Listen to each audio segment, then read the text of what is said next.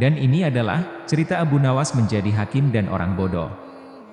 Menurut Abu Nawas dalam Tasufis, karena sufisme tidak dibangun di atas perilaku artificial, dalam pengertian tersurat dengan rincian eksternal atau lahiriah, tetapi di atas rincian komprehensif atau pemahaman.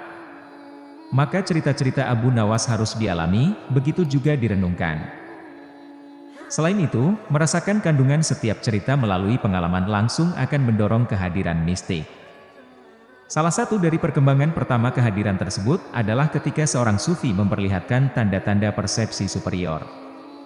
Sebagai contoh, ia akan mampu memahami suatu keadaan melalui ilham, bukan melalui penalaran formal. Akibatnya, tindakan-tindakannya kadang-kadang bisa membingungkan para pengamat yang bekerja pada tataran kesadaran biasa, meskipun demikian yang dihasilkannya akan tepat. Sebuah cerita Abu Nawas yang memperlihatkan bagaimana hasil yang tepat dicapai seorang sufi melalui suatu mekanisme khusus. Cara yang salah, dalam pandangan orang-orang yang belum tercerahkan, bisa menjelaskan sebagian besar eksentrisitas para sufi. Dua orang menghadap Abu Nawas ketika ia berperan dalam kapasitasnya sebagai hakim. Salah satunya berkata, "Orang ini telah menggigit telingaku, aku menuntut Kisyas." Yang lain bertutur, "Ia menggigitnya sendiri." Abu Nawas menunda kasus tersebut dan masuk ke dalam ruangannya. Di sana ia menghabiskan waktu setengah jam berusaha untuk menggigit telinganya sendiri. Seluruh upayanya hanya mengakibatkannya terjerembab dan keningnya lecet. Kemudian ia kembali ke ruang sidang. "Periksa orang yang telinganya digigit," perintahnya. Jika keningnya lecet, berarti ia melakukannya sendiri, dan kasus ditutup. Jika tidak, maka orang satunya yang melakukannya, dan orang yang digigit tersebut mendapat ganti rugi 3 keping perak. Keputusan yang benar tersebut bisa dicapai melalui suatu cara yang tampaknya tidak logis. Di sini Abu Nawas sampai pada jawaban tepat, tanpa melihat logika yang jelas dari situasinya. Dalam cerita lainnya, di mana ia sendiri mengambil peranan orang bodoh, bagi sufi ini merupakan jalan kehinaan, dalam bentuk yang ekstrim. Abu Nawas menggambarkan cara pemikiran manusia kebanyakan. Seorang pelawak bertanya kepada Abu Nawas untuk menebak apa yang ada dalam tangannya. "Beri aku suatu tanda," kata Abu Nawas. "Aku akan memberikan beberapa tandanya," tutur sang pelawak, "yang berbentuk seperti telur, seukuran telur, penampilan, rasa dan baunya seperti telur.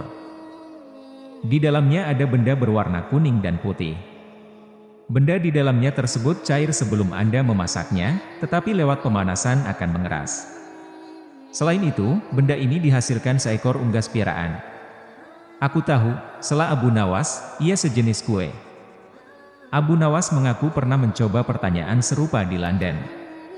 Kepada 3 orang penjual rokok, secara beruntun ia menanyakan tentang benda berbentuk silinder dari kertas yang dipenuhi racikan tembakau.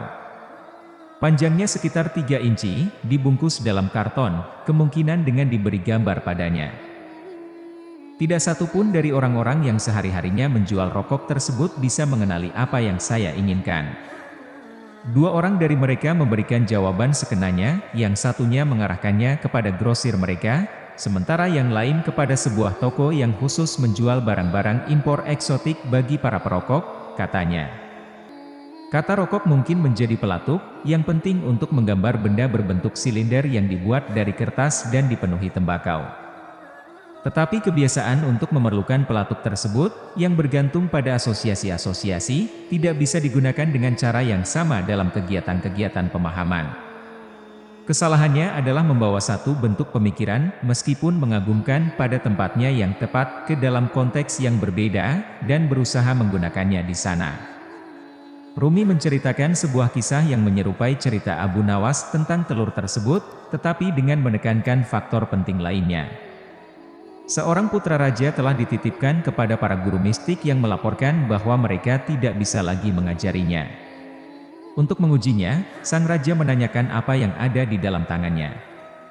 "Benda ini bulat, keras dan berwarna kuning." "Ini pasti sebuah ayakan," jawab si anak. Sufisme menekankan perkembangan imbang persepsi batin, perilaku manusia wajar dan penggunaannya.